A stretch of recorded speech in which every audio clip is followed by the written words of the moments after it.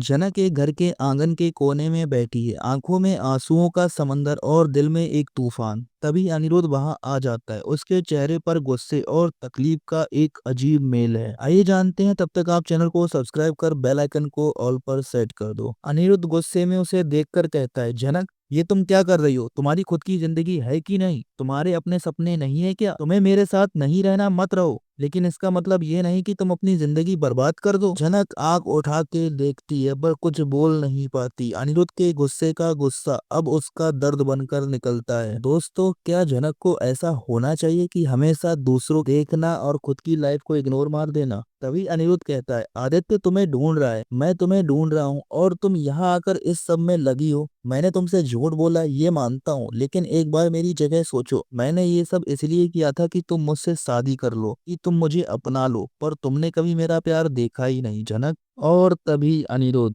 जनक के गाल पर एक जोर का थप्पड़ लगा देता है और पूरे सीन में एक सन्नाटा छा जाता है। जनक थप्पड़ के बाद थोड़ी देर चुप रहती है, फिर उसकी आंखों में गुस्सा और दुख एक साथ दिखाई देता है। जनक गुस्से में कहती है, अनिरुद्ध तुम मुझसे प्यार का डंका बजाते हो, पर तुम्हें कभी मेरी वैल्यू समझी? मैं ऐसे परिवार में कैसे रहूं जहां मुझे सिर्फ एक बोझ समझा जाता है? तुम्हारे कुलभूषण और तुम्हारे घर वाले मेरी प्रॉपर्टी छीनना चाहते हैं, और ऊपर से तुम्हारे वो अरसी। अनिरुद्ध का चेहरा एक शर्म और गिल्ट से जर्द पड़ जाता है और जनक अपनी बात कंटिन्यू रखते हुए कहती है, अनिरुद्ध मुझे सिखा रहे हो प्यार का मतलब? वो प्यार याद नहीं आया जब अर्शी दी के साथ तुम सब वो सब कर रहे थे? एक बच्चे के बाप बन गए। अर्शी प्रेग्नेंट कैसे हो गई थी? तुम बताओ, मैं क्या करूं? जनक के शब्दों का असर अनिरुद्ध पर एक तीर की तरह होता है। वो चुप हो जाता है, लेकिन इसकी आंखों में अभी भी प्यार है। तभी विहान वहां आता है और दोनों को लड़ते हुए देखकर हैरान हो जाता है। उसका चेहरा कंफ्यूजन और खुशी का एक अजीब कॉम्बिनेशन दिखता है। विहान अंदर ही अंदर, तो ये है असली सच। अनिरुद्ध का प्यार जनक के लिए इतना गहरा है, शायद ये सही समय है इन्हें एक दूसरे के करीब आने देने का। ध्यान बीज बचाव करने के लिए आगे नहीं आता है और वो अपने ही मन में बड़बड़ाता है, मैं तुम दोनों के बीच नहीं आना चाहता, लेकिन एक बात समझ लो, अगर तुम्हारे बीच इतना गहरा कनेक्शन है, मैं जनक को रोकूंगा नहीं। मैं बस चाहता हूँ कि वो खुश रहे, चाहे तुम्हारे साथ हो या मेरे साथ। अनिरुद्ध और वो ये सब बड़बड़ाते हुए वहां से निकल जाता है, लेकिन जनक उसको देख लेती है और जब वो बड़बड़ाता होता है जनक सुन लेती है।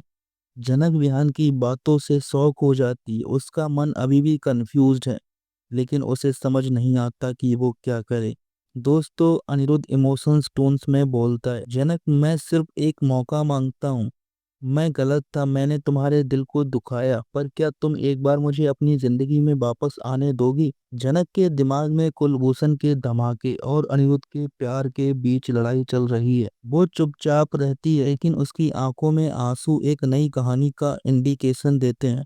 दोस्तों, आने वाले एपिसोड में ये सब पता चलेगा हमको, लेकिन क्या जनक का फैसला अनिरुद्ध के लिए होगा या फिर बिहान के लिए? दोस्तों, कुलभूषण की एक और चाल जनक और अनिरुद्ध के बीच दूरी बढ़ाने के लिए होंगी, क्योंकि प्रॉपर्टी का केस आएगा और तब उसमें सृष्टि, भाषा सब इन्वॉल्व होंगे। दूसरी तरफ बिहान कोई बड़ा डिसीजन लेगा। दोस्तों, क्या जनक अपने दिल की बात समझ पाएगी और क्या अनिरुद्ध उसका भरोसा जीत पाएगा? जानने के लिए बने रहिए हमारे साथ और अभी चैनल को सब्सक्राइब कर लें ओनली ऑन हमारे चैनल पर।